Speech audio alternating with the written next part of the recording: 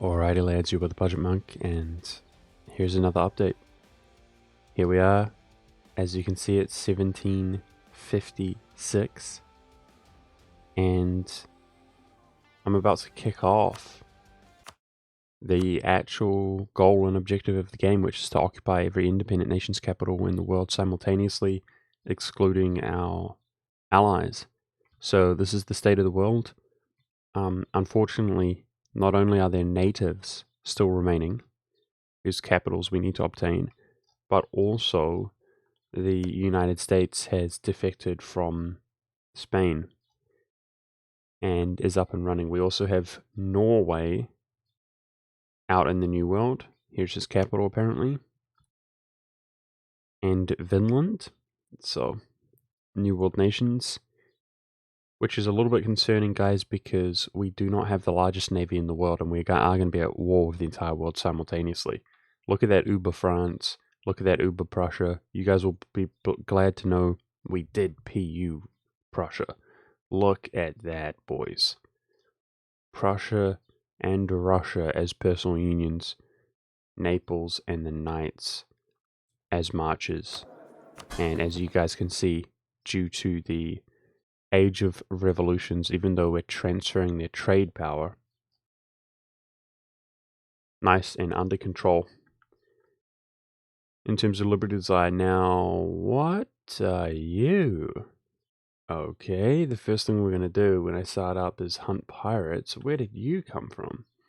We've got some French pirates in Venice. That's unacceptable. I think they will actually basically go away when we attack France, because France will be... I was thinking they'll be the first nation we fight, but the annoying thing is that the British seem to have military access through France. So I don't really know what to do about that.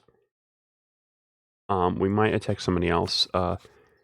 Britain is an ally, and I would have liked to call them to arms into the first war at least. So he's rivaling Delhi, and we actually have a truce with Delhi. How long? 2 years. So I might wait 2 years to see if we can either attack France or Delhi and call Britain to arms in the first war that we fight. But otherwise, we're extremely affluent. The pirates, yeah, wow. Pirates are massively hurting my trade income right now, but look at that production.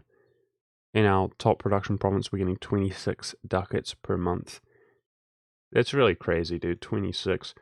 It makes me think a lot about how, you can build coal furnaces so late in the game.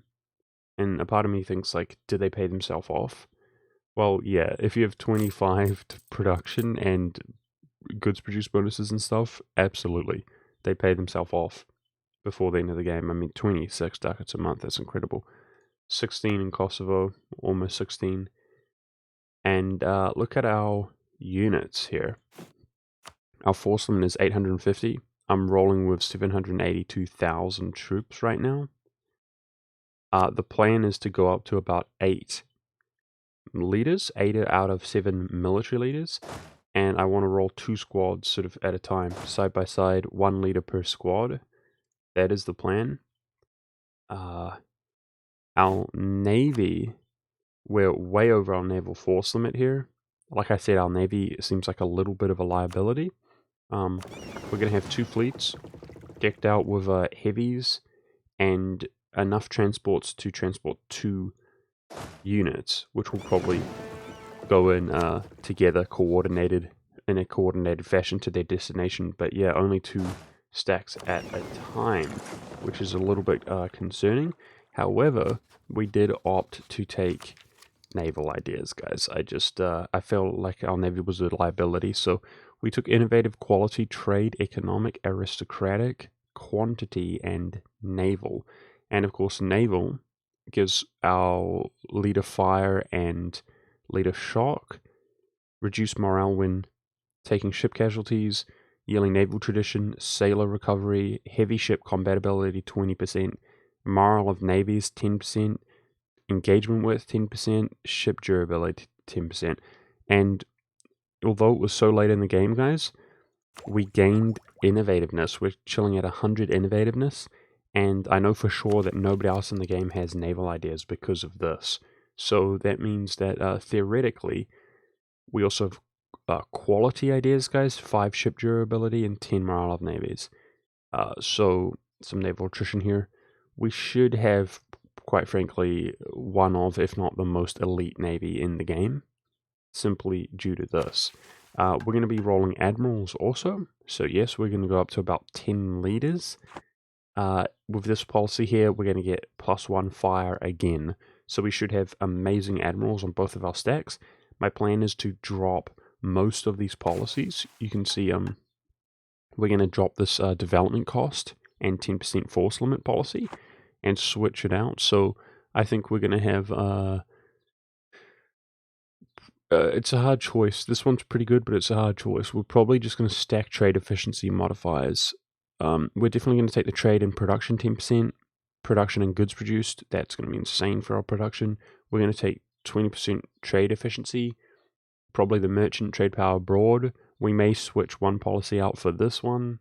We're going to take discipline, the land leader fire, and that's pretty much it. So spending a lot of monarch points there, but yeah, they're going to serve a purpose. I'm also, the whole point is to occupy the whole world, guys, so I'm not going to try ultra hard here, but what I might do is also go over my relation slots. We've been one over our relation slot for pretty much the entire game, and I might drop some allies like on Japan so that we don't have to occupy Kyoto, and perhaps some more as well. We could ally, it looks like we could ally Portugal and Spain if we wanted to. That would prevent us from having to occupy so much of the New World. I'll consider doing that as well. But this is pretty much it, guys. It's pretty intense. Yeah, the plan is to occupy all of the world's... Somebody else bought Defender of the Faith. Unbelievable. I didn't even realize. Okay. So I can't hire this for 2 years. Luckily, it's coming up soon. I was really sleepy and tired in my previous stream. But we're going to hire this in 2 years, again, Defender of the Faith, and my plan is to drop this mission of 5% morale of armies for 15 years when we're Defender, and we're also going to drop this bonus for 25 years to our Navy as well. 10 morale of navies and yearly naval tradition.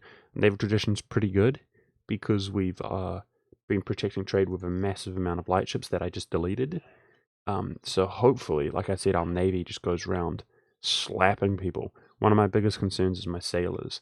But yeah, we're going to attempt, it is going to commence this session, this stream. I'm going to be live right after posting this video. The occupation of the entire world combined. That's the plan. Every independent nation apart from our allies. I will say that we have not only developed our country like crazy, we've got really strong forts, guys. I might drop some additional forts around the nights just for the lols. We've created a block here. There's a fort in the mountain here, a fort in the mountain here with Russia.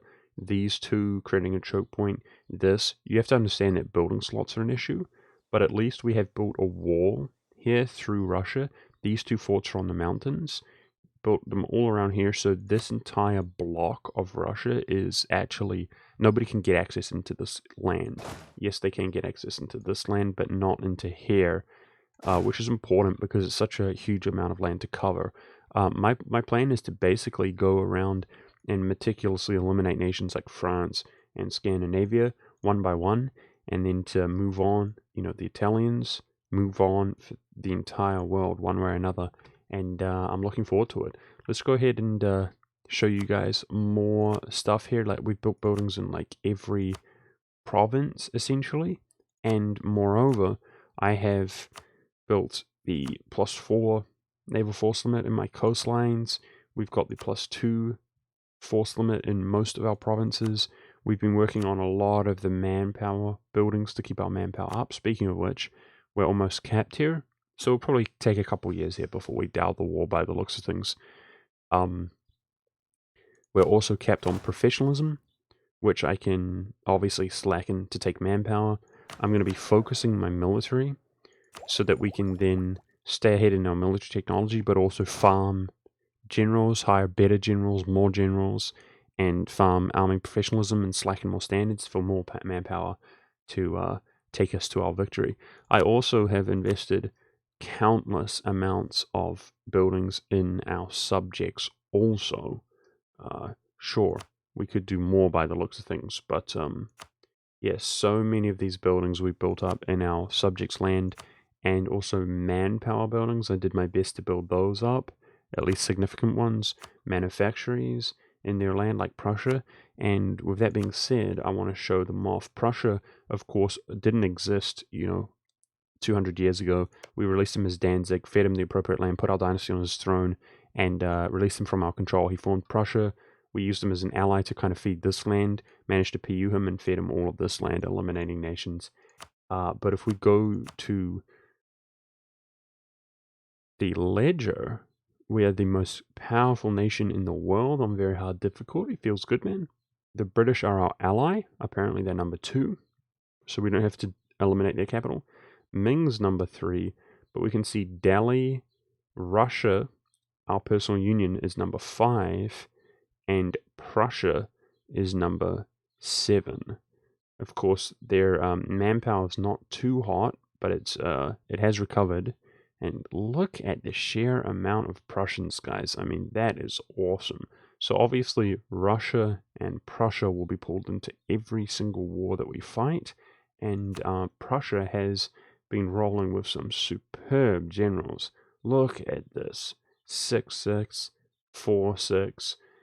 He definitely, unfortunately, he doesn't have the amazing policy of infantry combat ability. He's gone offensive and defensive.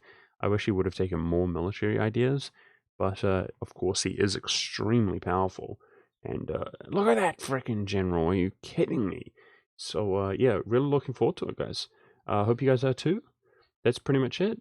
And I'll make a video, probably a longer one, on my thoughts and conclusions once we've achieved our goal. But come tune in, guys, if you can, if you're interested. We're going to be, rather than playing on speed 5 and fast, I'm going to be playing pretty slow here and meticulously, hopefully, to conquer the entire world, or dismantle the entire world, and everybody shall bow and acknowledge Hungary.